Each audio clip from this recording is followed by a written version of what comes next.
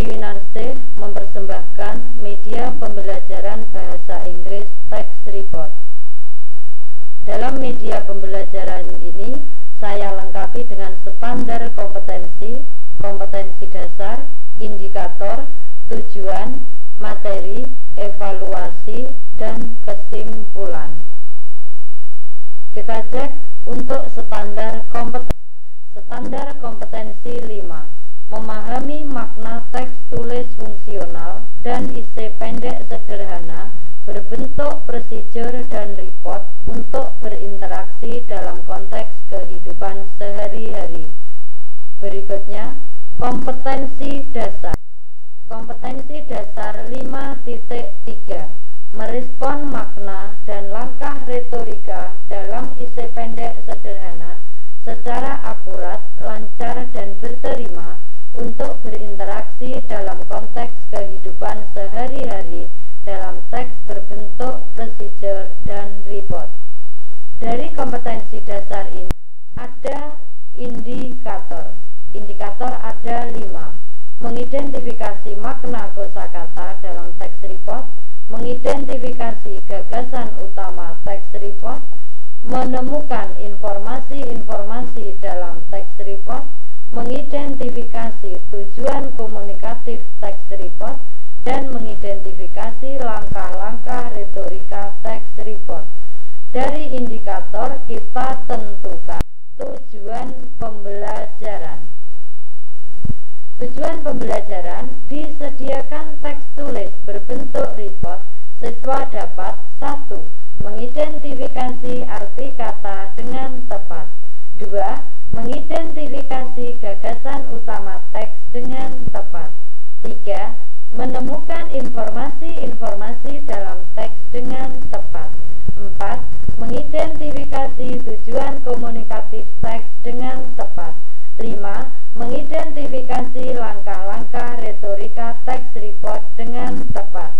Dari indikator mengidentifikasi, menemukan, karena memang tadi teksnya adalah teks report dengan kompetensi dasar memahami makna, berarti reading atau membaca. Untuk mencapai tujuan pembelajaran tadi, saya siapkan materi dimulai dengan tayangan gambar. Kenapa harus tayangan gambar? Ini saya gunakan agar siswa termotivasi, rasa ingin tahunya tinggi. Dengan pertanyaan, have you ever seen this kind of animal? Jadi saya pancing dengan pertanyaan ini, apakah siswa saya sudah pernah melihat binatang seperti ini?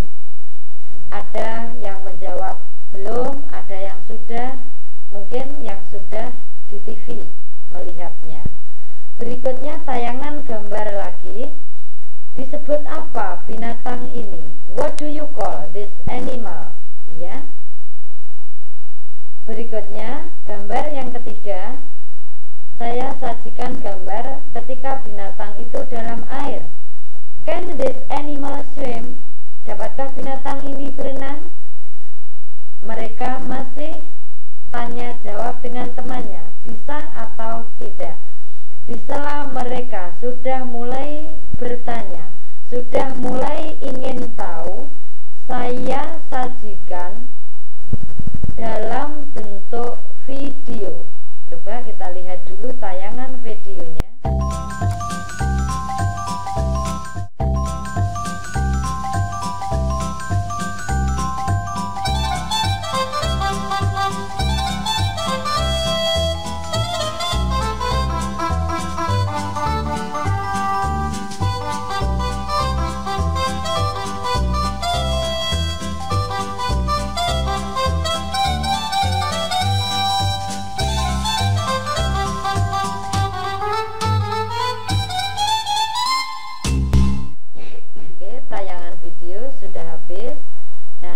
Gambar dari tayangan video, saya harapkan siswa akan lebih mudah memahami teks tulis yang berbentuk report yang saya sajikan ini. Teks report ini saya sajikan di slide dan juga saya print out kan untuk siswa. Jadi selain tayangan di slide ini, siswa masing-masing memegang print out dari text report ini. Ya, text reportnya judulnya Platypus. Secara otomatis siswa tahu kalau binatang tadi namanya Platypus. Apakah dapat berenang atau tidak? Siswa dapat menemukan jawabannya dalam teks ini. Apakah termasuk mamalia atau reptilia? Siswa juga bisa menemukan jawabannya dalam teks ini. Jadi, gambar video saya tayangkan di awal untuk merangsang rasa ingin tahu siswa dan juga membuat background knowledge agar siswa mudah memahami teks tulis yang harus dipahami oleh siswa terkait dengan makna kosakatanya, terkait dengan susunan teksnya, dan sebagainya. Setelah siswa membaca, memahami maknanya, mendiskusikan makna beberapa kata, selanjutnya saya putarkan lagi tayangan video untuk memperkuat pengalaman belajarnya, sehingga pengalaman belajarnya menjadi lebih bermakna. Kita lihat dulu.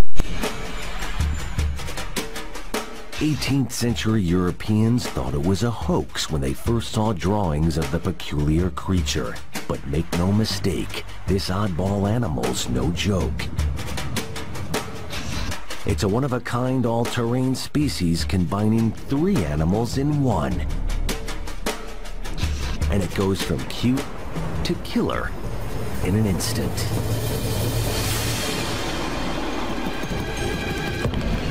At first glance, they make no sense.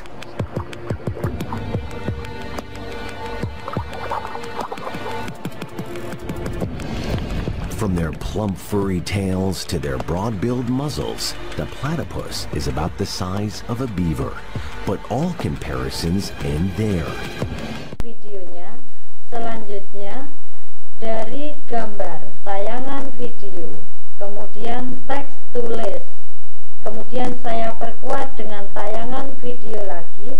Saya harus mengecek atau mengevaluasi apakah siswa kami sudah bisa memahami makna kata sesuai yang disebutkan dalam indikator di awal tadi. Ya, kita mulai ke evaluasi. Evaluasi saya adakan dalam 2 versi. Versi yang pertama, uraian dengan kartu lotre. Nah, ini nanti kartu lotre saya buat nomor 1 sampai 14.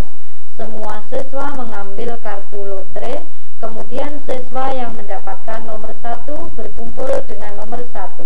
Siswa yang mendapatkan nomor kartu lotre 2 berkumpul dengan nomor 2. Nomor 3 dengan nomor 3 dan selanjutnya. Setelah mereka berkumpul dalam kelompoknya, mereka ke depan untuk mengambil nomor ini sesuai dengan nomor lotrenya. Misalnya nomor 1.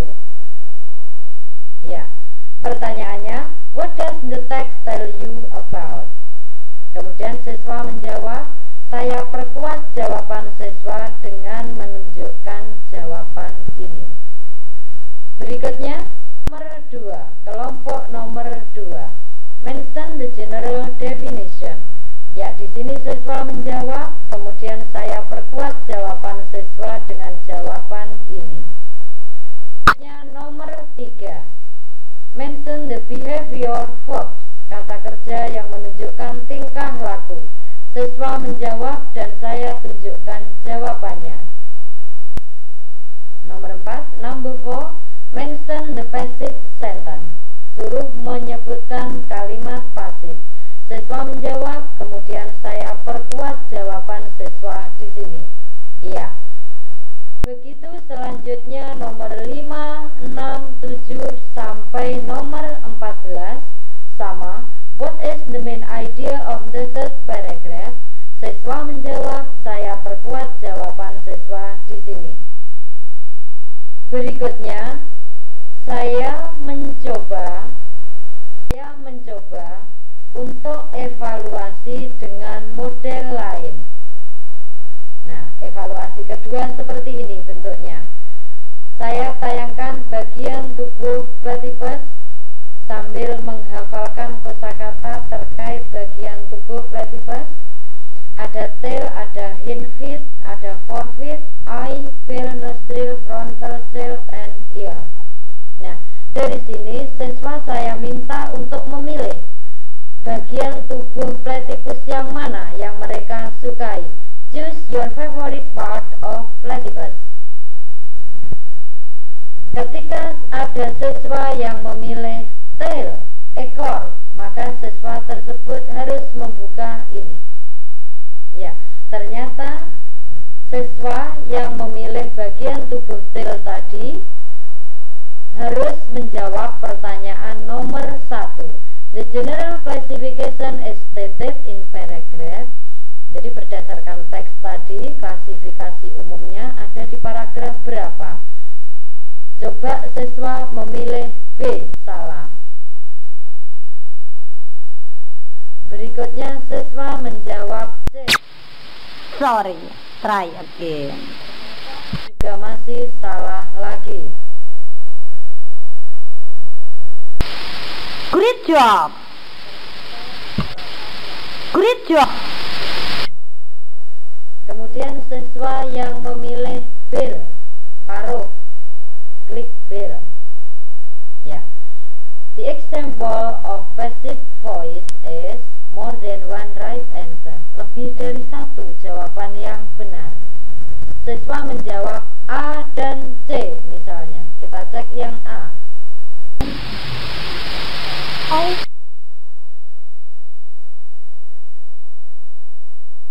Jawaban siswa C. Ternyata keduanya masih salah, berarti jawabannya B dan D. Kita coba.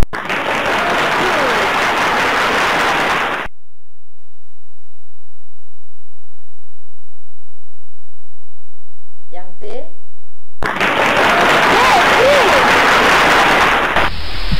Oke. Berikutnya, ketika siswa memilih forefeet, kaki depan. How long is its body? Berapa panjang badannya platypus? Siswa menjawab A. Try again.